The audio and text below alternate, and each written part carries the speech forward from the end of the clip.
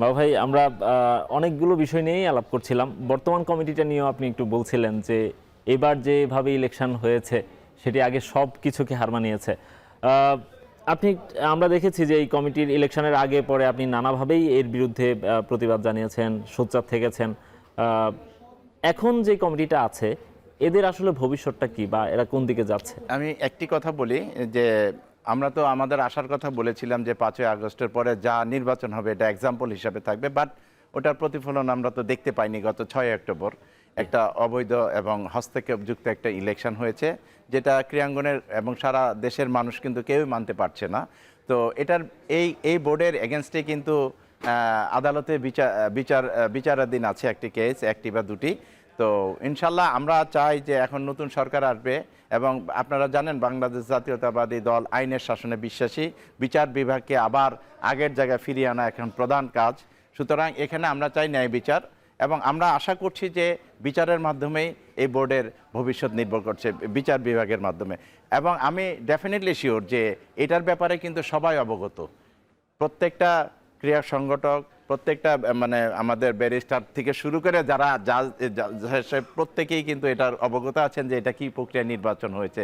সুতরাং আমরা আশা করি ন্যায় বিচার, এবং ন্যায় বিচারটা কিন্তু আমরা বাংলাদেশ জাতীয়তাবাদী দলের যারা নেতৃত্বে আসবেন তাদের কাছে আশা করছি, এবং এটার ব্যতিক্রম হবে না ইনশাল্লাহ। কারণ আমরা কোনো অন্যায়কে প্রশ্রয় দিব না, ন্যায়কে আমরা প্রতিষ্ঠা করব, এটাই আমাদের লক্ষ্য হওয়া উচিত, এবং এটাই হবে ইনশাল্লাহ। যদি সেটাই হয়, সেক্ষেত্রে ক্রিকেট বোর্ডে আপনারা কি ধরনের প্রশাসন বা কি ধরনের প্রশাসক চান, মানে কাদেরকে আপনারা ক্রিকেট বোর্ডের দায়িত্বে দেখতে চান? ডেফিনেটলি এখানে যারা যোগ্য আছে, যারা অতীতে অনেক এক্সপিরিয়েন্সড অনেক সংগঠক আছে, যারা এই অনিয়ম দেখে বা এইসব নিয়ম বহির্ভূত কাজ দেখে অনেকে ইনভলভ হতে চাচ্ছে না। ইনশাল্লাহ যদি আইনের শাসন দেখে, সঠিক বিচার ব্যবস্থা দেখে এবং সঠিকভাবে যে দেশ পরিচালিত হয়, সবাই ফিরে আসবে, এবং আমরা আশাবাদী যে সবাই আবার ফিরে আসবে এবং এই দেশের ক্রীড়াঙ্গনের দায়িত্ব নিবে, ক্রিকেটের দায়িত্ব নিবে। এবং এটার অপেক্ষায় কিন্তু অনেকেই আছে।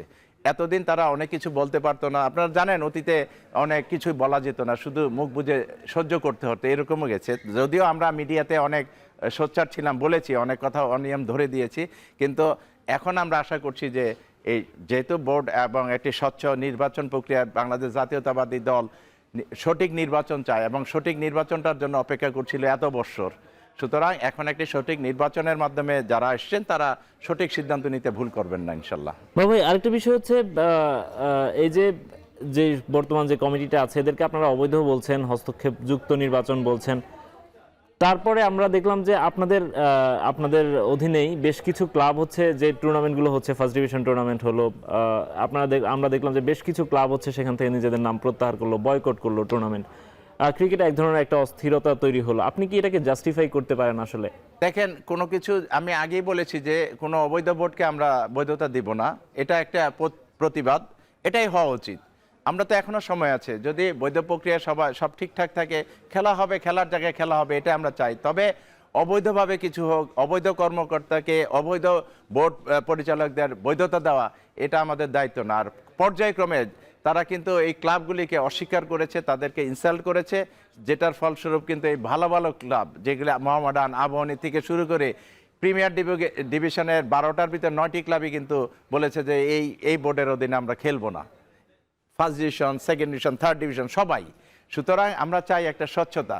দেখেন অস্বচ্ছ বোর্ড কিভাবে মানে সিদ্ধান্ত নেয়। দেখেন এই ফার্স্ট ডিভিশন লিগ হঠাৎ করে শুরু করে দিয়েছে, সেখানে একবার ক্লাবগুলিকে পয়েন্ট দিচ্ছে, একবার নামিয়ে দিচ্ছে, এক রকম একই সিদ্ধান্ত। সুতরাং এই হাস্যকর পাত্রে পরিণত হয়েছে। এবং ক্রিকেটের কি অবস্থা আজকে, কোথায় গিয়েছে আমাদের ডোমেস্টিক লিগ, কোথায় গিয়েছে আমাদের ইন্টারন্যাশনাল খেলাগুলি। বিশ্বকাপ থেকে আমরা কিভাবে মানে আমরা নাম সরিয়ে নিলাম।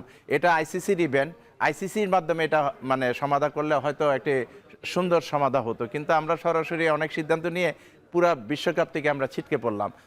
পাকিস্তানে যায় খেলতে, সবাই আমাদেরকে ব্যবহার করছে। সুতরাং আমাদের দেশ, আমাদের ভালোটা আমাদেরই দেখতে হবে, আমাদের খেলাধুলাকে এগিয়ে নেওয়ার জন্য আমাদেরই দেখতে হবে, কিন্তু কোনো অবৈধ জিনিসকে আমরা বৈধতা দিব না, আমরা সঠিকভাবে থাকি।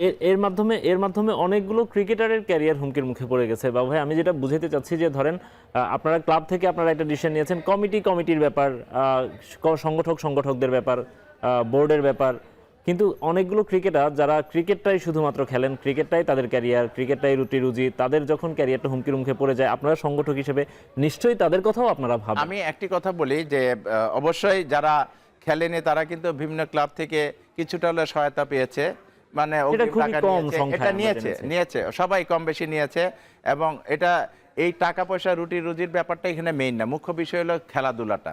তো খেলাধুলাটা ইনশাল্লাহ সময় আছে, এখনো সময় মতো খেলাধুলা আবার হবে ইনশাল্লাহ বাংলাদেশে, এবং সঠিকভাবে হবে, এই অবৈধ কোনো জিনিস ভাবে হবে না ইনশাল্লাহ। আমরা আশা করছি সঠিক নেতৃত্ব আসবে দেশে, সঠিকভাবে সবাই চলবে এবং দুর্নীতিমুক্ত দেশ হবে ইনশাল্লাহ। আমি এটা দ্ব্যর্থহীনভাবে বলছি যে আমাদের দেশ দুর্নীতিমুক্ত থাকবে, সঠিক পথে চলবে, সৎ পথে চলবে, আইনের শাসন প্রতিষ্ঠা করবে।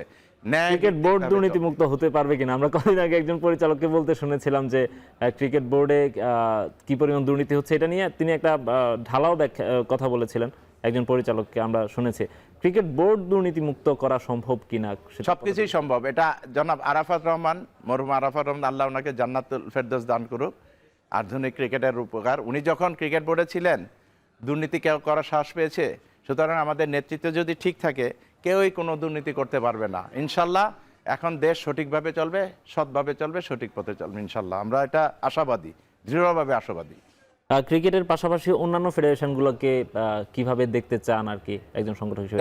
ডেফিনেটলি অন্যান্য ফেডারেশনগুলি কিন্তু এরকম হস্তক্ষেপ যুক্ত আছে এখনো, অনেকেই কিন্তু অবৈধভাবে এটা 17 বছরের ধারাবাহিকতা এখনো চলছে। সুতরাং সেগুলি কিন্তু পরিবর্তন আসবে এবং যোগ্য সংগঠকরা আসবে ইনশাল্লাহ। এবং আমি এটা বলতে পারি যারা সৎভাবে চালাবে, যারা সঠিক পথে চলবে, ন্যায়ভাবে চলবে, তারাই এখানে আসবে এবং যোগ্য দক্ষ সংগঠকরা এখানে ইনভলভ হবে। আমরাও সেটাই আশা করব।